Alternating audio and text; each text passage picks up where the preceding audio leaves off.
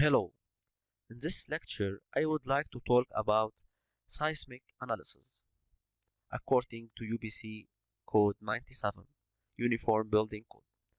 So firstly, the main goal of earthquake resistant design is to maintain a structure with sufficient strength and ductility to assure life safety, to prevent collapse under the most intense earthquake expected at a site during the life of a structure.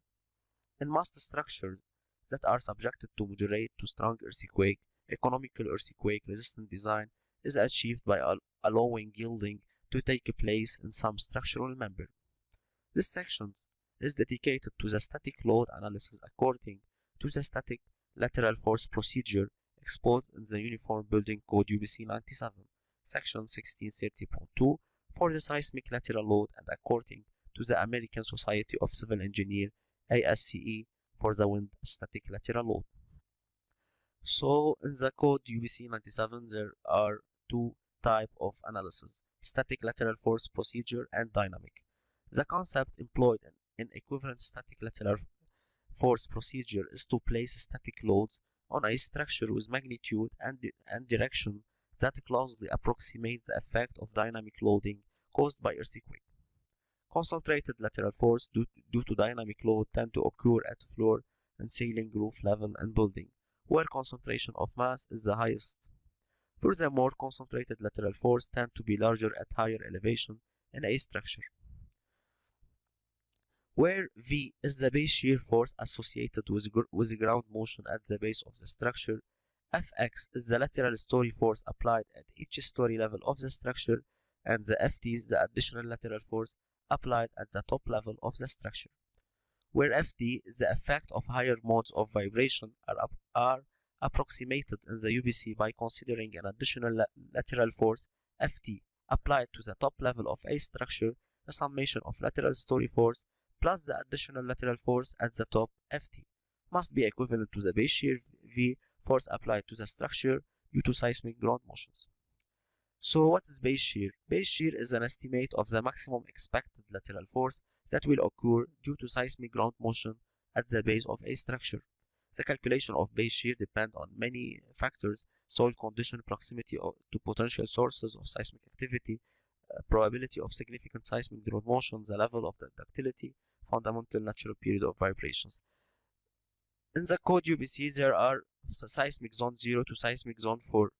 Okay, in the seismic zone 0 no seismic activity is expected, and the seismic zone 4 high probability of significant seismic activity. Okay, the equivalent static force procedure in the Uniform Building Code specifies the following formula for calculating base shear.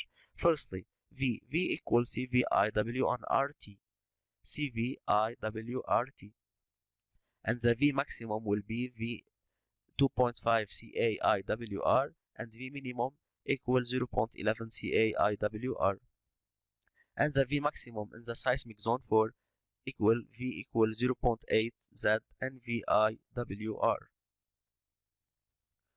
What is W? W is the total seismic dead load of the structure. Total seismic dead load of the structure.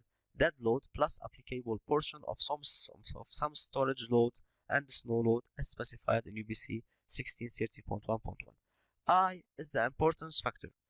So W is the total self-weight and SDL and live load of storage, and I is the importance factor. The importance factor is essentially an extra safety adjustment used to increase the calculated load on a structure based on its occupancy or function. Essential facilities such as hospital, fire, and police stations will be I equal 1.25, and other structure like residential will be 1. So the important building in seismic will be 1.25 and others will be 1. T, what is T? T equals CTHN exponent 3.4. T is the fundamental natural period of vibration of a structure. CT depends on the type of structure, building, HN is the height of building, and exponent 3.4. R is the ductility and overstrength factor. The R factor is intended to account for inelastic structural behavior and the ability of a structure to displace, deform, and dissipate energy without training. Since all R factor specified in UBC table 16N R greater than unity R greater than 1. The R factor effectively reduces the calculated base shear V by varying amount depending on the ductility of a structure.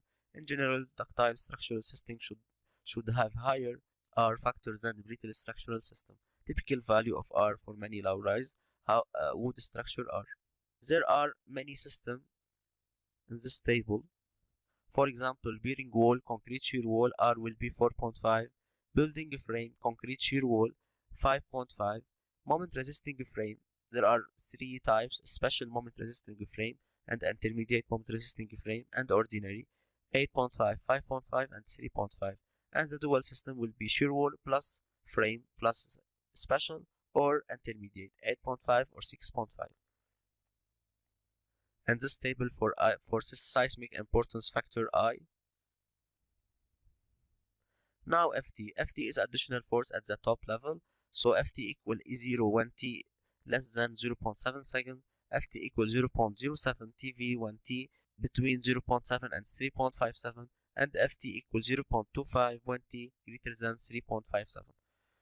In the code, there are many zones: zone 1, zone 2a, zone 2b, zone 3, zone 4.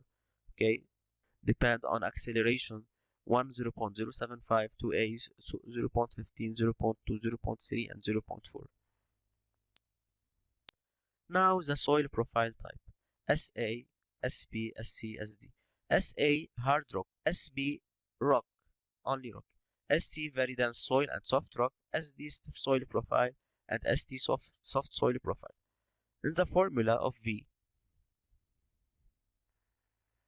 CVIWRT. CV, I don't know. I, importance factor. W, the W is the total seismic dead load of the structure. R is the ductility of system. And T is the period CT, HN. So CV, what's CV? CV depend on soil profile type and the seismic zone factor. Okay. If the soil is SC and zone is 0.2, CV will be 0.33. Okay, and I have CA in the minimum, CA 0.11 CAIW, and the V maximum 2.5 CA. CA same CV but another table. CA, for example, SC at 0.2 will be 0.24. Okay, the distribution of force with this formula: V minus FT times WX HX on some WHE, where HX is the height from the base of the structure to level X, and WX is the portion of the building weight assumed to the lump at the level X.